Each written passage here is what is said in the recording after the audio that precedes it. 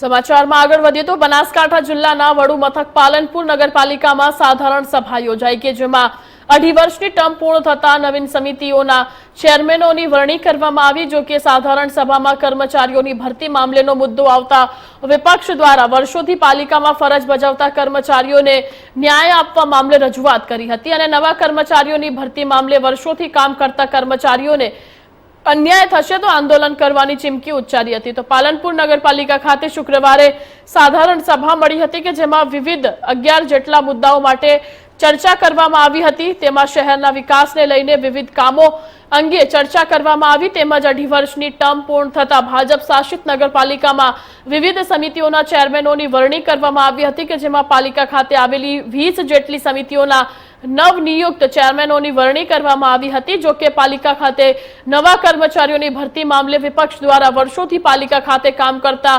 કર્મચારીઓને ન્યાય મળે તે માટેની રજૂઆત કરવામાં આવી હતી।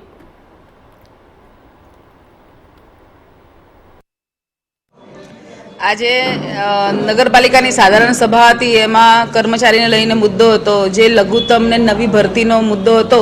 એમાં જે કર્મચારીઓ જે ફિક્સ પગારના છે, જેમને હંગામીમાં ભરતી કરેલી છે, જે 15-15, 20-20 વર્ષથી જે નગરપાલિકામાં ફરજ બજાવે છે, જે આ સંસ્થાની સેવા કરી છે, એમને એમનું સ્થાન મળવું જોઈએ, ના કે મારું તારું એવી લાગવગમાં જો પણ અમને થોડી સમજણ મળી છે કે કર્મચારીઓનું લિસ્ટ બની ગયું છે અને નવી ભરતી આ પાલિકા કરવા જઈ રહી છે। પણ જો જૂના કર્મચારી જોડે જો અન્યાય થાય તો આજ પણ અમે બારે-બાર કોર્પોરેટર કર્મચારીના સાથે છીએ જ। એમના જોડે એમના માટે આંદોલન કરવું પડે તો કરશું, એમને ન્યાય અપાવશું અને પાલનપુરના વિકાસમાં જે કર્મચારીઓએ સાથ આપ્યો છે એમની સાથે અમે છીએ જ।